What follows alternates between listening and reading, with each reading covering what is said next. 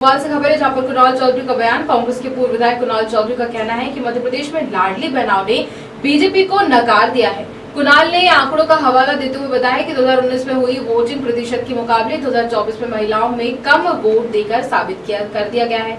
वहीं बीजेपी की झूठी घोषणाओं को वादों पर भरोसा नहीं करती है। कुणाल चौधरी का कहना है कि बीजेपी का कार्यकर्ता भी निराशा है। फर्जी ज्वाइनिंग टोली बनाकर झूठे आंकड़े पेश किया जा रहे हैं। भारतीय जनता पार्टी में उन नेताओं को दरकिनार किया जा रहा है जिन्होंने कहीं न कहीं सरकार बचाने में विधायकों की खरीद फरोख्त की थी, चाहे वह नरोत्तम मिश्रा हो, अरविंद भदौरिया या फिर पूर्व सीएम शिवराज। कि कैसे मैं अपनी साख बचाऊं, उसके बावजूद भी हालात क्या है।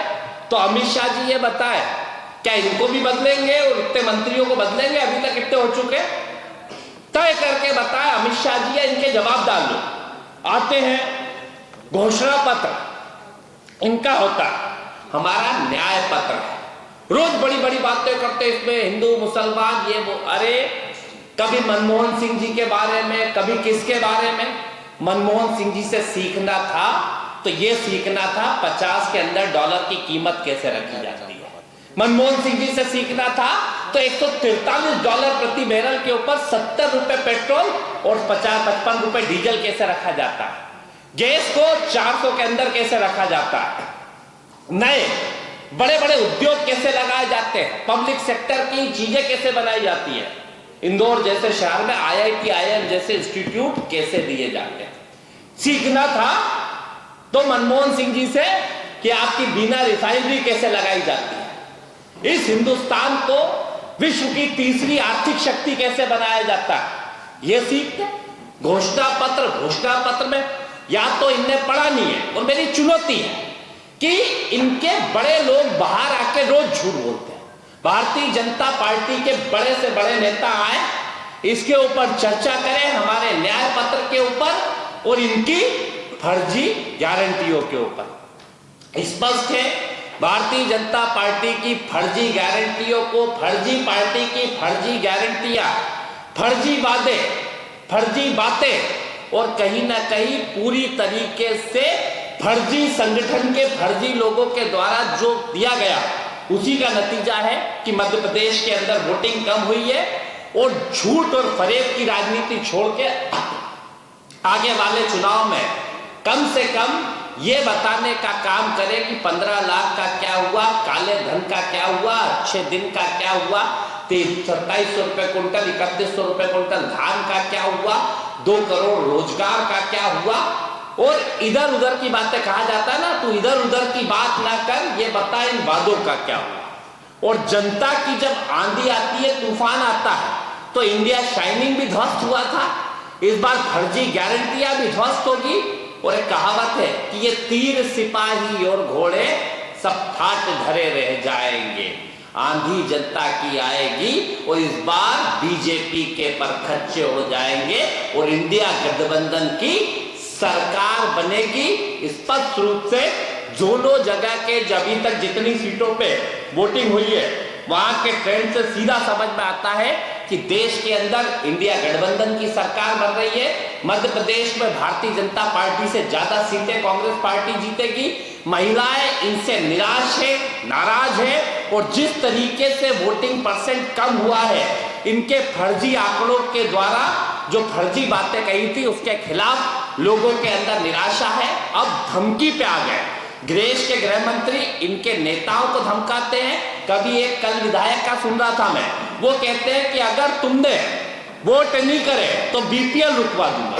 BPL 80 करोड़ परिवारों को ये राशन की बात करते हैं और कहते हैं कि सबसे बड़ी हमारी उपलब्धि है कि 80 करोड़ लोगों को हमने राशन देने का काम करा। और इनके नेता कहते हैं कि हम BPL में से नाम कटवा देंगे। स्पष्ट है इनकी नीति नियत क्या है। मेरा निवेदन है, चाहे भारतीय जनता पार्टी की प्रदेश की सरकार हो या देश की सरकार हो, कि 80 करोड़ लोगों को राशन देने का जो अधिकार दिया था, कांग्रेस पार्टी ने दिया था, उस अधिकार का उपयोग करके आप 80 करोड़ लोगों को उस गरीबी पे लेके गए। और 80 करोड़ लोग अगर जिस देश के अंदर 5 किलो राशन पे निर्भर हो, तो उसमें कैसा देश होना चाहिए। विज्ञापन में ये वंदे भारत की बात करते हैं, पर लोकल डब्बों के ट्रेन के अंदर क्या हालत है उसकी बात नहीं करते। क्या 80 जनगणना की बात कांग्रेस पार्टी कर रही है और इस देश के संविधान को बदलने की बात भारतीय जनता पार्टी के बड़े बड़े नेता मंच पे कर और एक बात कहते हैं कि हमें 400 सीटें क्यों चाहिए, क्योंकि इस देश में जो बाबा साहब अंबेडकर के सपनों का संविधान, जिसमें महात्मा गांधी के विचारों की झलक दिखती है, जिसमें पंडित जवाहरलाल नेहरू के मॉडर्न इंडिया के ख्वाब दिखते हैं, जिसमें सरदार वल्लभ भाई पटेल की सोच दिखती है, जिसमें मौलाना अबुल कलाम आजाद के सपने दिखते हैं, जिसके अंदर शहीद आजम भगत सिंह से लेके हमारे बड़े बड़े शहीदों की शहादत के भाव को दिखते हैं, इसको बदल के इस देश के अंतिम पंक्ति के व्यक्ति, इस देश के दलित आदिवासी पिछड़ों के उस आरक्षण को खत्म करने की सोच बीजेपी की है। इस देश के मौलिक अधिकारों को खत्म करने की सोच बीजेपी की है। स्पष्ट के बार बार इनके नेता जो बयान देते हैं, किसके ऊपर कार्रवाई भारतीय जनता पार्टी ने करी? जो संविधान को बदलने की बात करते हैं, कांग्रेस पार्टी संविधान के साथ खड़ी है। इस देश के लोगों को आर्थिक सामाजिक जनगणना करा के उनको न्याय दिलाने का काम कांग्रेस पार्टी करेगी। ये हमारे नेता राहुल गांधी स्पष्ट रूप से कह चुके हैं और इनको भी मालूम है कि इस बार इंडिया गठबंधन की सरकार आएगी। पहले 400 पार, अब बोले भाई साहब वोट बढ़ा दो इस तरह कुछ नहीं। इनकी हालात खराब है, झूठ की राजनीति इनकी खत्म हो चुकी है।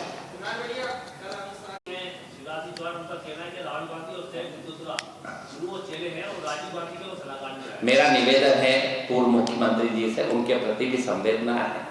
उनका थोड़ा मानसिक संतुलन भी थोड़ा सा खराब है। यह तो पहले ये इसको पढ़ लें, फिर वो बताए कि जो बहनों के साथ जो छल किया, जो झूठ बोला शिवराज जी ने, उसका क्या वो अतिथि शिक्षक, अतिथि विद्वान, वो हर वर्ग के लोग जिनको मंचों पे जाके झूठी बातें, किसानों को झूठे आश्वासन। सत्ता बीजेपी की प्रदेश से लेके देश तक है।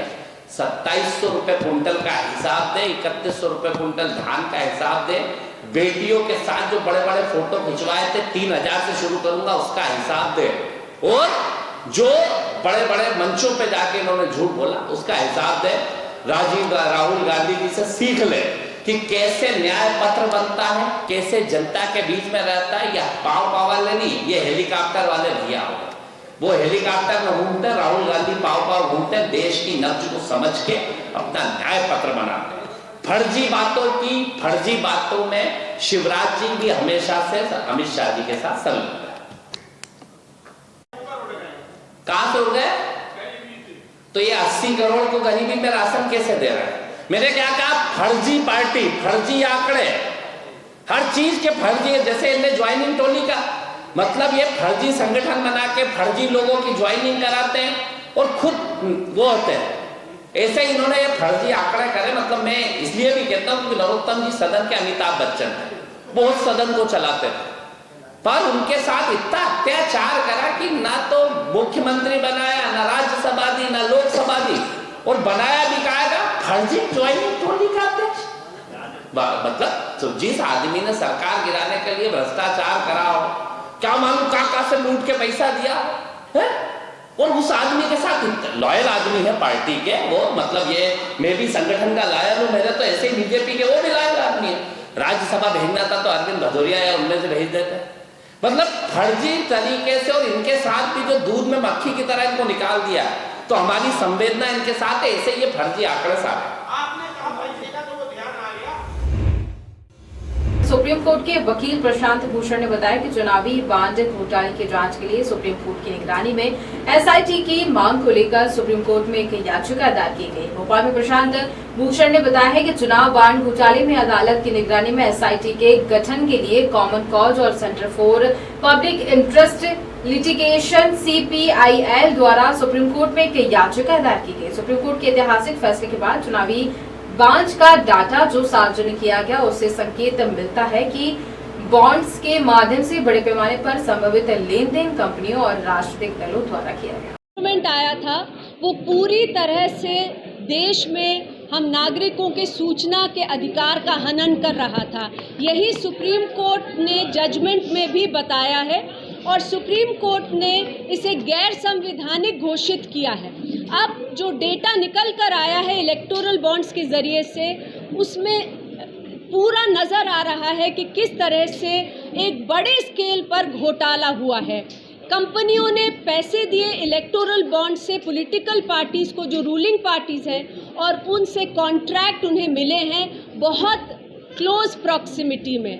और तमाम जो ईडी, सीबीआई, आईटी जैसी इन्वेस्टिगेटिंग एजेंसीज़ हैं, उनका रोल भी इसमें नज़र आ रहा है कि बहुत ज़्यादा इसमें एम्ब्रॉयल्ड है वो, क्योंकि उनकी जब रेड्स चल रही थी उसी समय पर उन्होंने पैसे दिए हैं सेंटर में जो रूलिंग पार्टी है भारतीय जनता पार्टी को, और मनी लॉन्ड्रिंग के बहुत सारे केसेस सामने आ रहे हैं इस इलेक्टोरल बॉन्ड्स के डेटा से।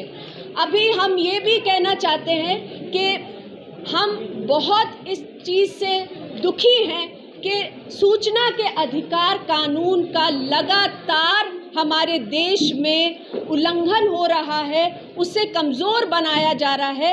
एक ऐसा अधिकार जो कि हम सब लोगों के लिए मौलिक अधिकार है। मध्य प्रदेश में भी आज की तारीख में एक भी सूचना आयुक्त की नियुक्ति नहीं की गई है। सूचना आयोग जो मध्य प्रदेश का है वो खाली पड़ा है। उसी तरह से जो सेंटर में सूचना आयोग है, सेंट्रल इंफॉर्मेशन कमीशन, वहाँ पर भी ये रिकॉर्ड है कि 2014 से एक भी नियुक्ति नहीं की जा रही है आयोग में, जब तक कि सुप्रीम कोर्ट आदेश नहीं दे रहे। तो आज हम लोगों ने एक याचिका दी है जो गवर्नर हैं उनको, कि यहाँ पर तुरंत जो इंफॉर्मेशन कमिश्नर हैं उनकी नियुक्ति की जाए, और एसआईटी का गठन की मांग हुई है इलेक्टोरल बॉन्ड्स के केस में, और सुप्रीम कोर्ट में इंफॉर्मेशन कमीशंस के ऊपर भी एक केस चल रहा है जिसमें सुप्रीम कोर्ट सूचना के अधिकार के लिए कह रहे हैं कि नियुक्तियां होनी चाहिए कमीशंस में, और ये मांग अब हम लोग ने रखी है कि एसआईटी का भी गठन हो इलेक्टोरल बॉन्ड्स के पूरे मामले। आपके लिए समय भी मिला है, जो याचिका है आपकी वो मंजूर कर ली गई है? जी, नंबर मिल गया है, उसकी सुनवाई अब अगले हफ्ते होने का उम्मीद है।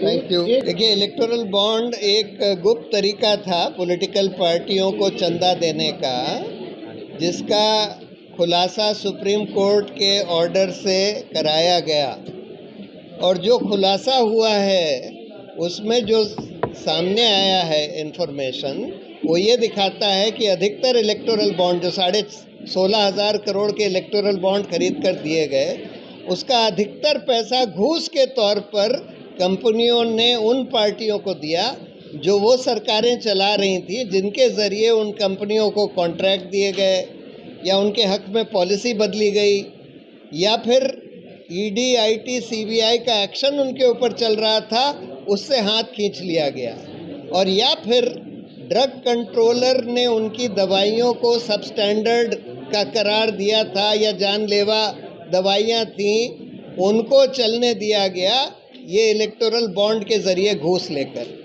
और इसलिए इसको परकला प्रभाकर, निर्मला सीतारमण जी के हस्बैंड, कहते हैं कि ये सिर्फ हिंदुस्तान का ही नहीं, विश्व का सबसे बड़ा घोटाला है। तो अब हम लोग ये कह रहे हैं कि इतना बड़ा घोटाला सामने आया है सुप्रीम कोर्ट के ऑर्डर के आदेश के आधार पर, और इसमें जवाबदेही तय होनी चाहिए।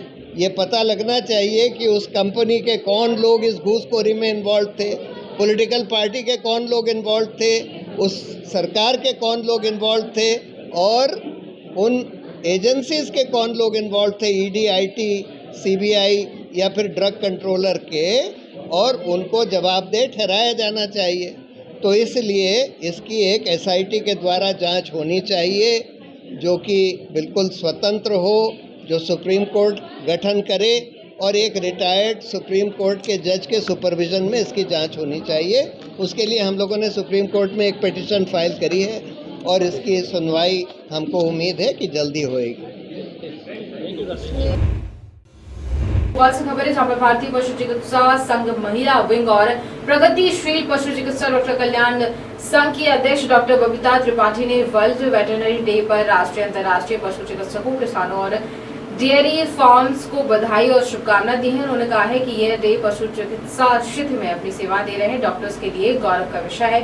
यह डे इस क्षेत्र में कार्य कर रहे डॉक्टर्स को सम्मानित करने का अवसर देता है।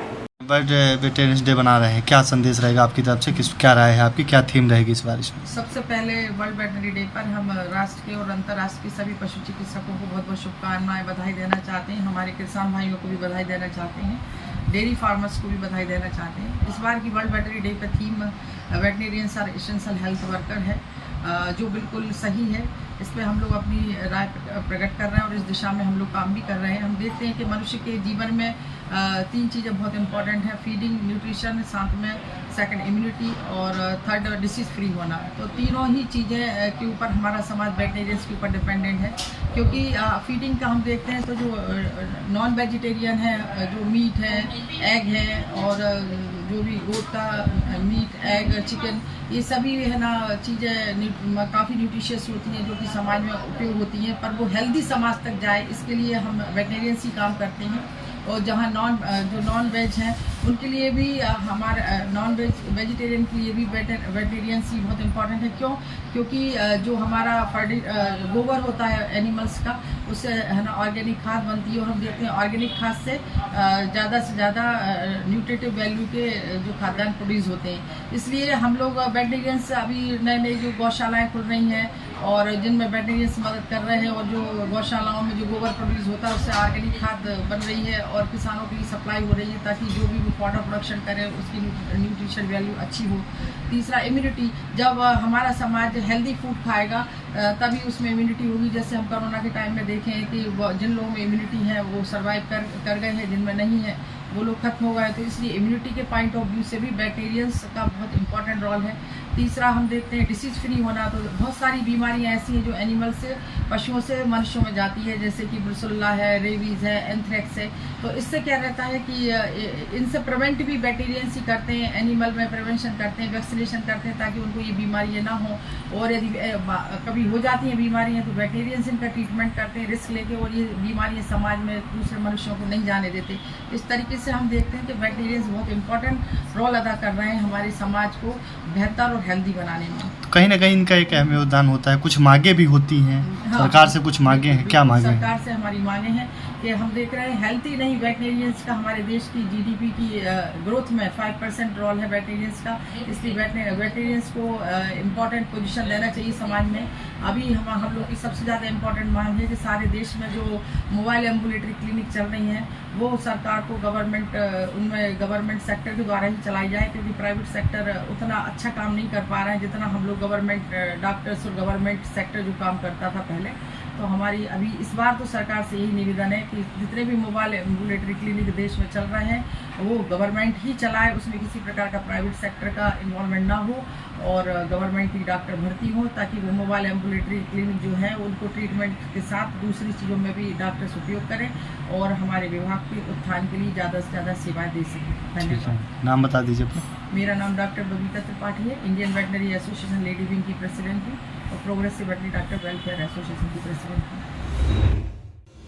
भोपाल से खबर है जहाँ पर पाटीदार समाज का सामूहिक विवाह सम्मेलन सीहोर जिले के श्यामपुर तहसील के बता दें आपको कि खोडल धाम झरखेड़ा में आयोजित किया गया। सर्वोत्तम सरदार पटेल जन कल्याण सेवा समिति द्वारा आयोजित इस कार्यक्रम में 10 जोड़े हिंदू रीति रिवाज से विवाह बंधन में बनकर अपना दाम्पत्य जीवन की शुरुआत की। मध्य प्रदेश पाटीदार समाज संगठन के प्रदेश महामंत्री नंदकिशोर पाटीदार ने बताया कि हर वर्ष पाटीदार समाज का सामूहिक विवाह सम्मेलन आयोजित किया जाता है। इसमें भोपाल, सीहोर के अलावा संपूर्ण प्रदेश के साथ ही अन्य प्रदेशों के विवाह योग्य भाग लेते हैं। आज करीब 10 जोड़ों ने अपने दाम्पत्य जीवन की शुरुआत की। समाज द्वारा एक सामूहिक विवाहिक सम्मेलन हुआ है, किस प्रकार का आयोजन है, क्या आयोजन है, क्या संदेश रहेगा समाज की तरफ से? देखो, सर्वे भवन्तु सुखिनः सर्वे सन्तु निरामया। इसका उद्देश्य ये है सब सुखी रहे, सब निरोगी रहे, सब संपन्न रहे, सब स्वस्थ रहे। और पाटीदार समाज की जो मेहनत है वो हर क्षेत्र में बहुत मेहनती है, चाहे वो कृषि के माध्यम से हो, चाहे आध्यात्मिक के माध्यम से हो, अध्यात्म में भी जो इनकी श्रद्धा है, तन मन और पूरा धन से अध्यात्मिक में भी पूरी तरह से जो है समर्पण रहते हैं। और समाज को जो आज पश्चिमी संस्कृति कितना हावी होते जा रही है, उसमें समाज के द्वारा ये बताना चाहते हैं सामूहिक सम्मेलन करा के कि हमें पश्चिमी संस्कृति से दूर रहना है, आध्यात्मिक परंपराओं को अपने जीवन में उतारना है, वैदिक परंपराओं को अपने जीवन में उतारना है। आज जो सम्मेलन हुआ, दूसरा उद्देश्य ये भी है कि समाज के यदा कोई निम्न वर्ग का हमारे समाज का बंधु भाई है तो उसे हम उठा के और बराबरी में बिठाने का काम करें। ये भी समाज का एक उद्देश्य है कि यदा वो किन्हीं परिस्थितियों में तो ऐसे सामूहिक आयोजन करा के और हम उसको ऊपर उठाने का भी काम करें। दूसरा समाज का दूसरा उद्देश्य है कि आज पश्चिमी संस्कृति हमारे बच्चे जा रहे हैं, लोग रातों में शादी करते थे, नाच रहे हैं, गा रहे हैं, दुनिया भर के जीवन का वेस्टेज कर रहे हैं और इत्यादि गलत चीज़ें भी उसमें होती है। उन सब चीज़ों को भी समाज के द्वारा ये मार्गदर्शन देना है कि ये सामूहिक दिन में कार्यक्रम करने से वो सब सारी चीज़ें भी नहीं होती। तो ये समाज की अच्छी व्यवस्था है। पाटीदार समाज तो इसमें है ही, इर्द गिर्द के आसपास के गांव इनसे सीख के और बहुत से समाज के लोग भी इन चीज़ों को कर रहे हैं। और रहा हमारे झरखेड़ा का, झरखेड़ा में माता अम्बे की कृपा है, माता हिंगलाज की कृपा है और माता खोड़ियार की कृपा है और परम पूज्य गुरु महाराज की यह कृपा है। ये भूमि बड़ी तपोभूमि है और यहाँ के जितने भी लोग हैं सब सात्विक हैं, अच्छे लोग हैं और धार्मिक कार्य को बहुत जल्दी उठा लेते हैं, दूसरों को अपना मानते हैं और हमेशा एक दृष्टि से सबको देखते हैं। हमारे आज का कार्यक्रम करने का एक ही मकसद है कि छोटे को भी हमें बराबर रखना है और संस्कृति को ऊपर रखना है।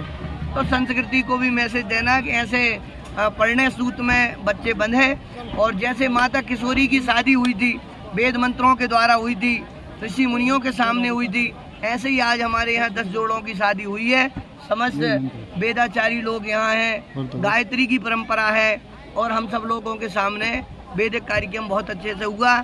इस कार्यक्रम के सूत्रधार हमारे नंद किशोर जी पाटीदार समाज में आपका भी बड़ा अच्छा सामाजिक वर्चस्व है, समाज के लिए काफ़ी सोचते हैं, अपना श्रम लगाते हैं, अपना योग लगाते हैं और इनके जो परकर समस्त जो इनके सहयोगी साथी है वो इनके साथ सहयोग कंधे से कंधे मिलाकर कार्य करते हैं और समाज का हर बंधु सहयोग करता है, इसलिए ऐसे कार्य संपन्न हो जाते हैं। सियावर रामचंद्र की जय। समाज द्वारा सामूहिक सम्मेलन हुआ है, सफल आयोजन हुआ, क्या संदेश रहेगा आपकी तरफ से? संदेश यही है कि हमारे यहाँ महाराज जी का आशीर्वाद मिला है और भाई साहब गायत्री परिवार से हमारे आचार्य जी जिन्होंने ये वैदिक परंपरा से विवाह का संस्कार कराया है, बड़े अच्छे रीति रिवाज से हजारी भाई साहब एवं उनकी पूरी मंडली और हमारे झरखेड़ा से हरिनारायण जी भाई साहब, उनका विशेष हमें मार्गदर्शन और सहयोग रहा है और बड़े अच्छे ही ढंग से ये कार्यक्रम संपन्न हुआ है।